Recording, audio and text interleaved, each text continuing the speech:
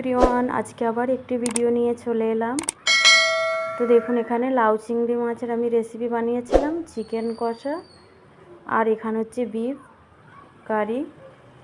তো বিফ কষাও বলতে পারেন, যে কোনো যে যেটা বলেন আর কি। আর এখানে বিফটা আমি কিভাবে বানিয়েছিলাম, তো বিফের মধ্যে আমি তেল ব্যবহার করব না, আপনারা দেখবেন পুরো রেসিপিটা আমি দেখাবো আপনাদেরকে। তো আপনারা দেখতে পাচ্ছেন এখন এর মধ্যে অনেক তেল আছে, কিন্তু আমি তেল ব্যবহার করব না, খুবই অল্প ব্যবহার করব। আর এখানে আমার ছেলেকে খেতে দিলাম, আর আমার ছেলে এখন নিজে হাতে খাই। তো আমি সাজিয়ে এমনি দিয়েছিলাম, ও তো খাই না, তো তারপরও আমি অল্প করে যতটুকু খাই ও, তো আমি ওর সামনে রেডি করে দিই, যাতে ওকে ভালো লাগে দেখতে, সুন্দর করে একটা সাজিয়ে দিলে খাই যাতে, সেই কারণে অল্প করে আমি সাজিয়ে দিয়েছিলাম। আর দেখুন নিজে হাতে খেয়ে নিচ্ছে, আর দারুণ হয়েছে এটাই বলছে। আর এখানে এই রেসিপিটা বানিয়েছিলাম, দেখুন, চলুন দেখে নিন কীভাবে বানিয়েছিলাম। এখানে দেখুন কড়াইয়ের মধ্যে অল্প তেল দিয়ে, আর এখানে পেঁয়াজ কুচি দিয়ে একটু নাড়াচাড়া করে নিতে হবে। দেখুন এখানে দেখুন তেলের মধ্যে, যখন আমি আগে রেসিপি দিতাম আপনারা দেখেছেন, এর মধ্যে প্রচুর তেল থাকে। তো এখন আমি তেল দেওয়া হয়নি, অল্প তেল দিয়েছেন বলে অনেকে আবার ভাববেন তেল দেয়নি কেন। তেল না দেওয়ার কারণ আছে, তো আমি আজকে ভাবলাম তেল না দিয়েও তো রান্না করা যায়, ওটাই দেখার জন্য আর কি। তো আমি দেখি, আপনারাও দেখবেন, পুরো রেসিপিটা দেখবেন। তো পেঁয়াজটা এইভাবে ভেজে নিতে হবে। তো পেঁয়াজটা ভাজা হয়ে গেছে, এর মধ্যে আমি মাংসটা দিয়ে দিলাম। দেখুন মাংসটা দেওয়ার পরে একটু নাড়াচাড়া করে নিতে হবে। তো এভাবে মাংসটাকে নাড়াচাড়া করে নিতে হবে। দেখুন, তো মাংসটা যখন এভাবে ভাজা হয়ে এসেছে, তো এখানে আমি আরেকটু নাড়াচাড়া করে নেব।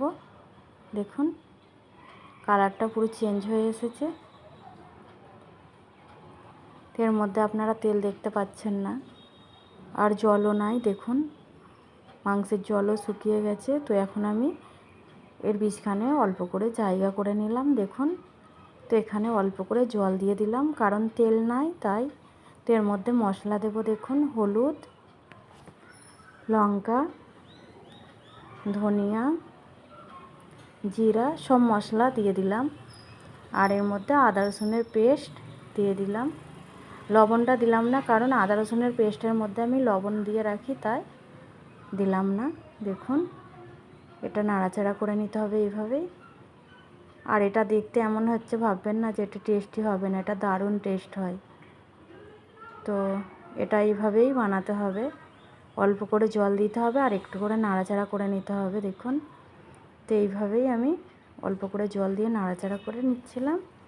তো আপনারা পুরো ভিডিওটা দেখবেন, দেখে আপনারা বুঝতে পারবেন। তো আপনারা আমার ভিডিও অনেকই পছন্দ করেন। তো এখন দেখুন নাড়াচাড়া হয়ে গেছে কমপ্লিট। এখানে প্রেসার কুকারের মধ্যে ঢেলে জল দিয়ে দিলাম, আর এখনও দেখুন শুধু জল হয়ে আছে এখন। আর এখানে দেখুন আমার রেসিপি রেডি হয়ে গেছে। আমি 5টি সিটি দিয়েছিলাম, কারণ মাংসটা ভালোভাবে সিদ্ধ হওয়ার জন্য। দেখুন, আর এর মধ্যে পাতিলেবুর রস আর ধনিয়া পাতা দিয়েছিলাম, ওটা দেখানো হয়নি। আর এখানে দেখুন আমি তুলে নিচ্ছিলাম, কত দারুণ হয়েছে দেখুন, দেখেই বুঝতে পাচ্ছেন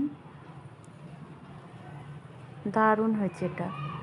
তো আমি যখন আপনাদের ভাইজানকে খেতে দিয়েছিলাম, তো আমি বলছিলাম এর মধ্যে তেল দেখতে পাচ্ছেন, তো উনি বলছিল হ্যাঁ বিনা তেলে রান্না করেছি। তো বললাম, তো বিশ্বাস করছিল না, তারপরে দেখালাম, দেখানোর পরে বিশ্বাস করেছে। তো এটা দারুণ হয়, কারণ মাংসের মধ্যে অনেক চর্বি ছিল, তাই তেল বের হয়েছে, শুধু শুধু তো হয়নি।